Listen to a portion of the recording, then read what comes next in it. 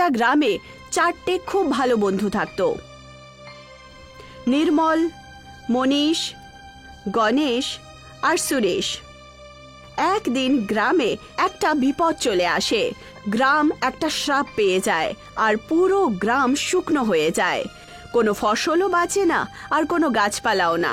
4 জন মিলেমিশে গ্রামের বাইরে জঙ্গলে একজন বাবার কাছে যায় এই সমস্যার সমাধান খোঁজার জন্য। সর্বনাশ হয়ে গেছে সাধু বাবা, এখন আপনিই রক্ষা করতে পারবেন। আচ্ছা, তা এমন কি হলো খোকা? বাবা, কালকে গ্রামে একজন ভিখারি এসেছিলেন। আমরা 4 জন খেলছিলাম আর খেলতে খেলতে ওনার ব্যথা লেগে যায় আর উনি অজ্ঞান হয়ে যায়। ওই ভিখারি যখন আবার জ্ঞান ফিরে আসে তখন উনি খুব রেগে যান আর উনি সমস্ত গ্রামকে অভিশাপ দেন। এখন না ফল আছে আর না ফসল, পুরো জমি ফাঁকা হয়ে গেছে। তোমাদের কর্মের ফলে হস্তক্ষেপ তো করতে পারি না, তবে একটা মার্গ অবশ্যই তোমাদের দেখাতে পারি। কাজটা কিন্তু খুব কঠিন হবে ঠিকই, তবে যদি তোমরা তাতে সফল হও তাহলে গ্রামের অভিশাপ থেকে মুক্ত হবে। আমরা সব রকমের কার্য করার জন্য তৈরি আছি, আপনি শুধু বলুন। মন দিয়ে শোনো, আমি তোমাদেরকে জল, অগ্নি আর বায়ুর 3টে জাদুর মন্দিরের ঠিকানা তোমায় দিয়ে দেব। এই মন্দির থেকে 3টে কৌটোর মধ্যে থেকে অগ্নি, জল আর বায়ুর তত্ত্ব ওই মন্দির থেকে নিয়ে এসো আর গ্রামে ওই কৌটোগুলোকে ভেঙে দিও। গ্রামের আবহাওয়া আগের মতন আবার হয়ে যাবে আর অভিশাপ একেবারে মুক্ত হয়ে যাবে। কিন্তু তোমাদের সবাইকে প্রতিটা পদক্ষেপ পরীক্ষা নেওয়া হতে পারে। আজ পর্যন্ত ওই মন্দিরে গিয়ে কেউ সফল হয়ে ফিরে আসেনি। বাবা ওই লোকেদের হাতে 3টে কৌটো দিয়ে দেয়। পরের দিনই 4 জন নিজেদের যাত্রায় বেরিয়ে যায় পাহাড়ের দিকে। হাঁটতে হাঁটতে 3 জন একটা ত্রিমাথায় পৌঁছায়। বাবা আমাদের যেখানে আসতে বলেছিলেন আমরা তো চলে এসেছি, এখন তাহলে কি করব? 3টে মন্দির রয়েছে আর 3টে কৌটো রয়েছে। কি করব? এখান থেকে আলাদা আলাদা যাব নাকি? এই যে দাদা, সবাই একসাথে চললে পরে সব থেকে ভালো হবে। আমার তো নির্মলের কথাটি ঠিক মনে হচ্ছে, হয়তো আমাদের একটু সময় লাগবে, কিন্তু আমাদের একসাথেই যাওয়া উচিত। কি মনীষ? গণেশ ঠিক কথাই বলছে। তাহলে ঠিকই আছে, গণেশ আর আমি আলাদা আলাদা রাস্তায় যাচ্ছি, আর তোরা 2 জন একসাথে যেতে চাইলে তোরা 2 জন একসাথে চলে যা। ঠিক আছে। গণেশ মাঝখান দিয়ে যাওয়ার রাস্তাতে বেরিয়ে পড়ে আর মনীষ একটা রাস্তায়। সুরেশ আর নির্মল ওই বেঁচে থাকা রাস্তার দিকে রওনা দিয়ে দেয়। জাদুর 3টে মন্দির, যেখান থেকে কেউ কখনো ফিরে আসেনি, শুনে তো খুবই ভয়ঙ্কর মনে হচ্ছে। কি বলিস নির্মল? দাদা, এমনি আমার এখন থেকেই মনটা কেমন হচ্ছে গো। কিছুক্ষণ হাঁটার পর 2 জন ওখানে একটা বড় দেয়াল দেখতে পায়। ওই দেয়ালের মধ্যে যেই দরজা ছিল সেটা তারা দুদিক থেকেই খুলে দেয় আর ভেতর থেকে যেন আগুনের জমিন দেখতে পাওয়া যাচ্ছিল।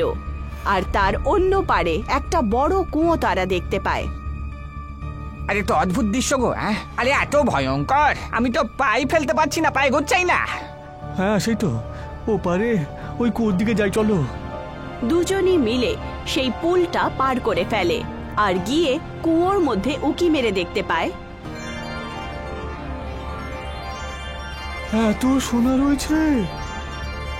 এত পয়সা, যে করে পয়সা যদি বাইরে গ্রামে পৌঁছতে পারে তাহলে অভিশাপ নিয়ে কোনো চিন্তাই থাকবে না। তক্ষুনি কুয়োর ওপরে একজন মায়াবী ব্যক্তি প্রকট হয়ে যান। 2 জন যাত্রী এসেছে, অনেক দিন পরে এখানে কেউ এসেছে। বলো কি দরকার তোমাদের, আর এখানে তোমরা কেন এসেছো? আমার নাম নির্মল আর এ হলো আমার বন্ধু সুরেশ, বুঝলে?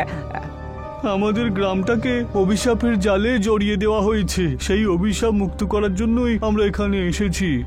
আমি হলাম ইক্ষ, অগ্নি মন্দিরের প্রত্যক্ষ আমি। এখান থেকে অগ্নিতত্ত্ব নিয়ে যেতে চাও?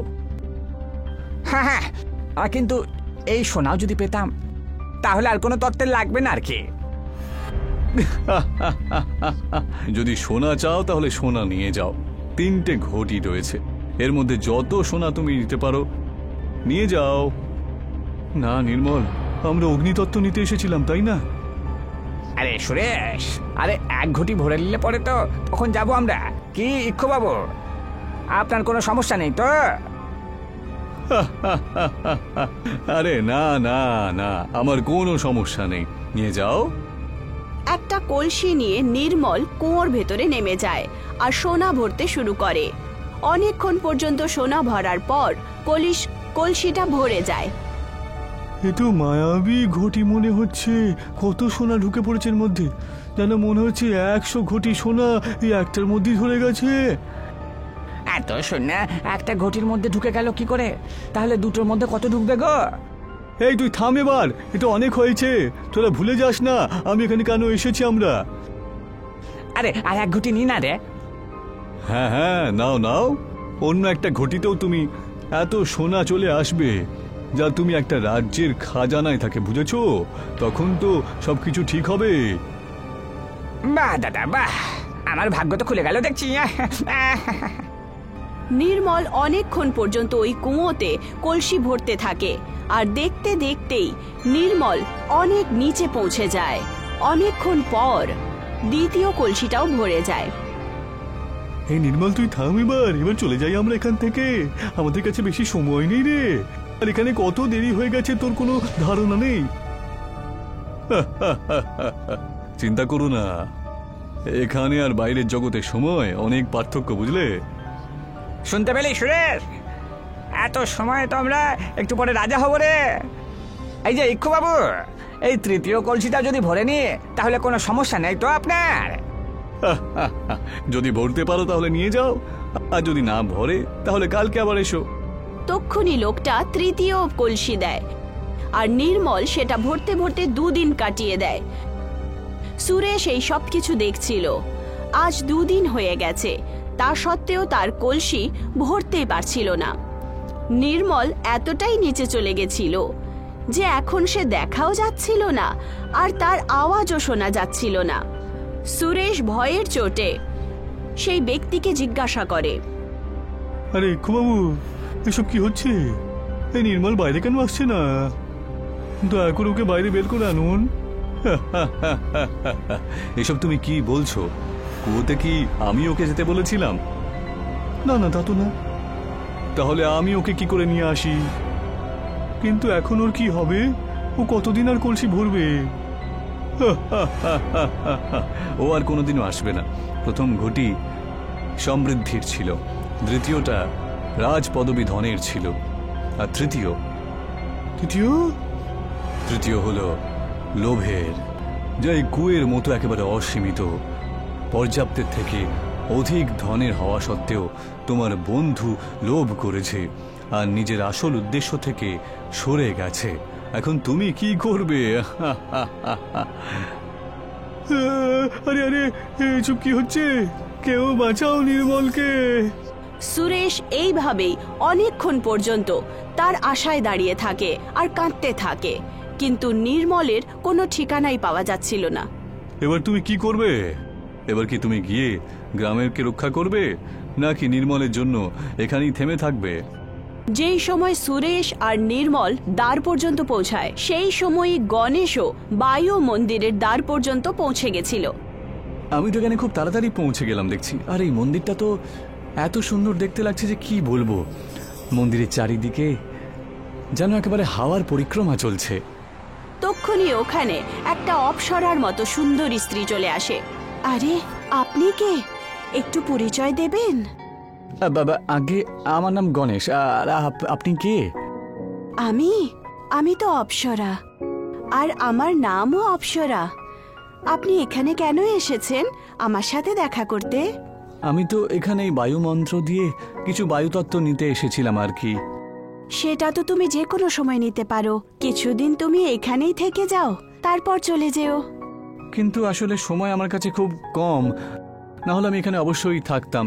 আমার গ্রামে একটা অভিশাপ দেওয়া হয়েছে, তো এই তথ্য নিয়ে আমাকে ফিরতেই হবে। তারপরে আমি যখন আবার আসবো দেখা হবে আপনার সাথে। সবাই এরকমই বলে, কিন্তু কেউ আসে না। আর আমি তো তোমাকে খুব পছন্দও করতে শুরু করেছি। তোমার সাথে বিয়ে করতে চাই যে আমি।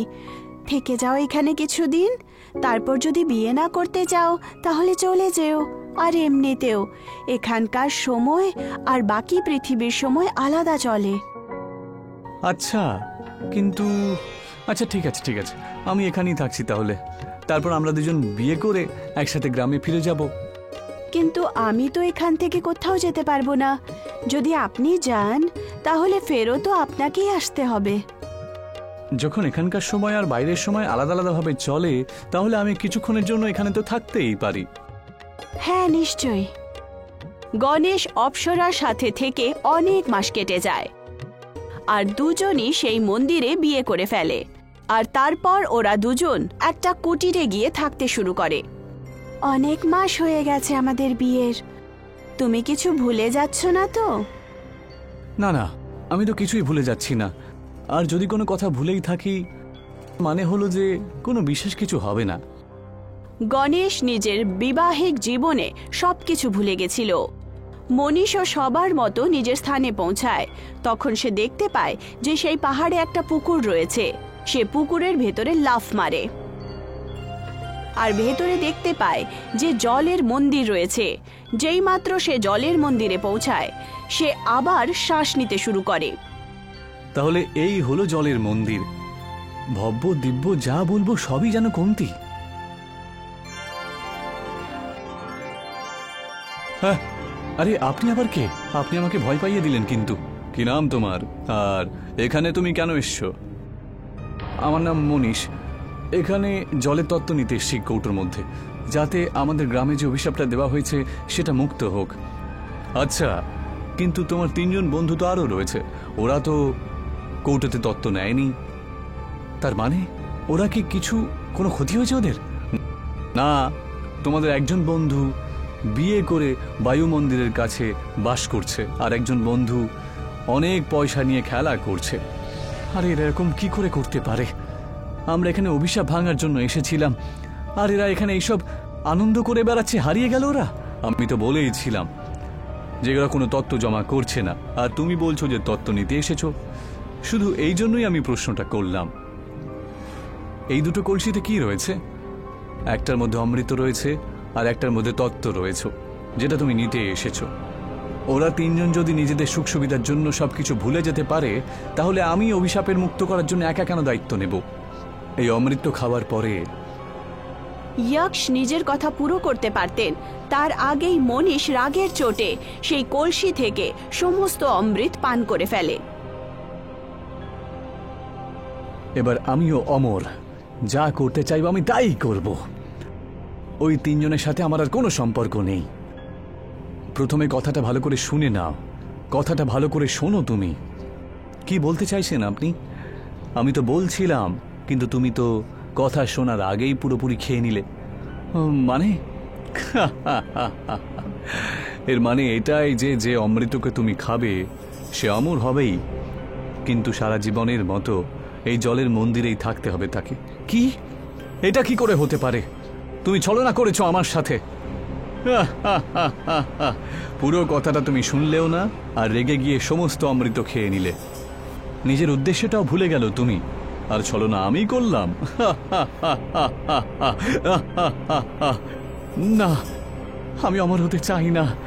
আমার গ্রাম, আমার বন্ধু বান্ধব। মনীষ নিজেকে আর নিজের নির্ণয়ের ওপরে প্রচন্ড দুঃখ পায়।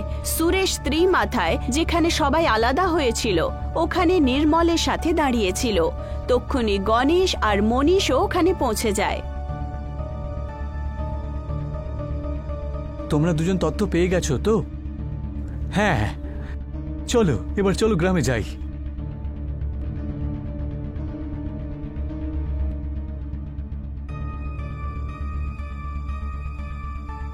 চারজন বন্ধু হাঁটতে হাঁটতে গ্রামে পৌঁছে যায়।